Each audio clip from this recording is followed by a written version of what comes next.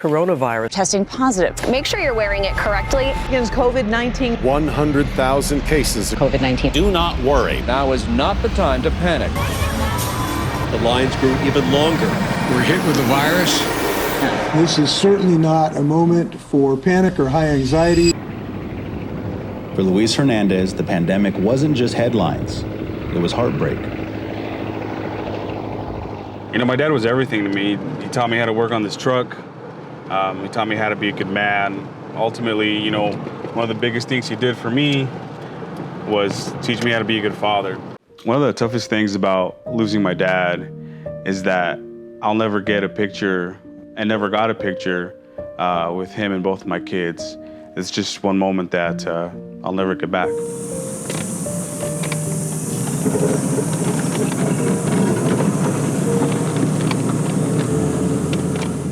It was peak COVID. We didn't think it was that serious.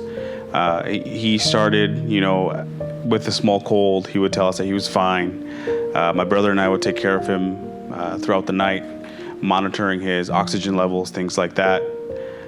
So when we took him to the hospital, he told us not to worry, that he'd be out in a couple days. The Department of Health Services reported more than 2,200 new cases today, along with 214 new deaths. You know, and those days turned into a month, and as time went on, he got progressively worse.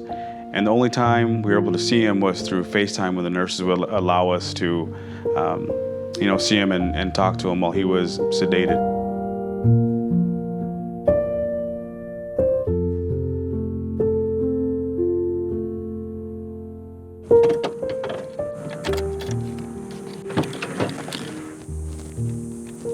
Yeah, when we buried him February 15th, it was still, you know, pretty peak COVID, so we weren't able to have a big ceremony for him. It was just, you know, a close family, and it was very quick. They didn't let us be here for a long time. They didn't let us watch when they poured the dirt on him or anything like that, so we had to come afterwards and just see the, you know, the mound of dirt on top of him and all the flowers that were brought to him that day. And it sucks now that, you know, this is how I have to come see him, you know?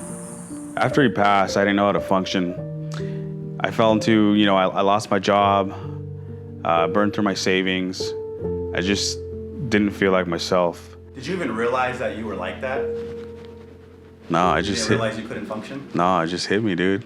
One day, did you just look up and be like, what the f just happened? Yeah, when I got a panic attack walking to the bathroom from the office upstairs to the bathroom across the hall, and I panicked, bro. I like literally fell to the ground and crawled back to the bed because I was scared to leave that room. That was crazy. I would look outside and I would start crying because I was scared. Did you know what you were scared of? No, nothing. I would see cars drive by and I'm like, holy bro, that's a car, you know? Or I would sit and watch like people outside. I'm like, man, I wish I can go outside. And I would try to go outside. I remember one day I went to the mail. You know where the mailbox is at? And right when that turns, I fell, and I had to call Janelle to come pick me up because I just had a panic attack in the middle of the road and she had to come get me. And that's literally, what, 10 feet from the house? I couldn't function. I didn't know who I was, where I was, what I was doing. It was tough, dude. That was a crazy situation. This is the last picture they ever took together. It's crazy to look back on these times and, you know, never been to be able to live those times ever again. After he passed for the next 2.5 years, I couldn't, like I said, I lost my job, and I started losing hope that anything good was gonna come out of this. Started applying for jobs, started getting interviews. The closer those interview days got, I would get nervous, I would get scared, I would cancel the interviews. The day of the interviews, I wouldn't show up, or I would try my best, get in the car, and just feel crippled, like I couldn't drive, I couldn't do anything. I lost out on many opportunities to be with my kids, to be with my family. You know, birthdays, celebrations, family gatherings. I didn't feel safe outside of my house. You know, it's like being in a jail with no bars. That's exactly what it was like. That's even scarier, because when you can see the bars, you know what's holding you back. You probably felt so helpless because you didn't know like you know what caused it, but you couldn't push through it. There was no like blueprint of how I do it. In jail, you serve your time, you're out. It's black and white.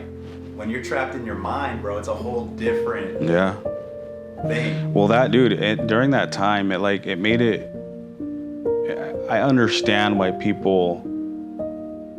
It's gonna sound, but commit suicide, bro. Because there was days where I'm like, what am I doing here, dude?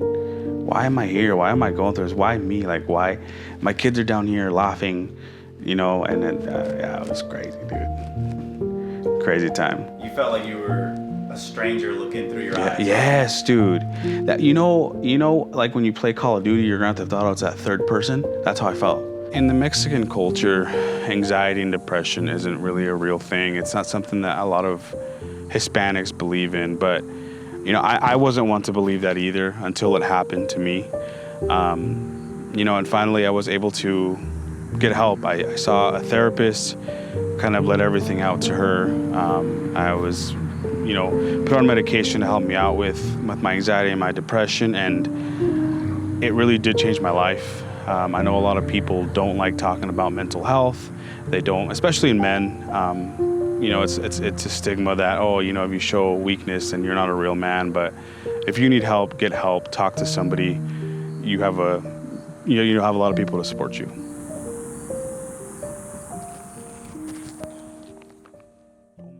We've gone through a lot of tough situations, and like my dad always told me, he knew you were the one. I know he's happy wherever he's at. I love you, and I'm happy we're here.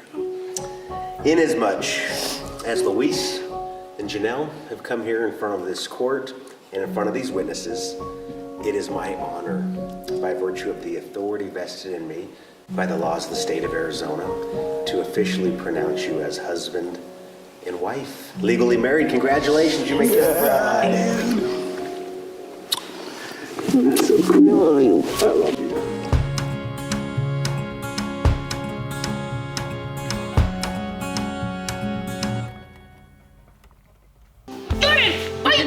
Honestly, it's nothing bad. I'm only filming this for legal purposes. I'm not mad, I was just joking. Oh, see.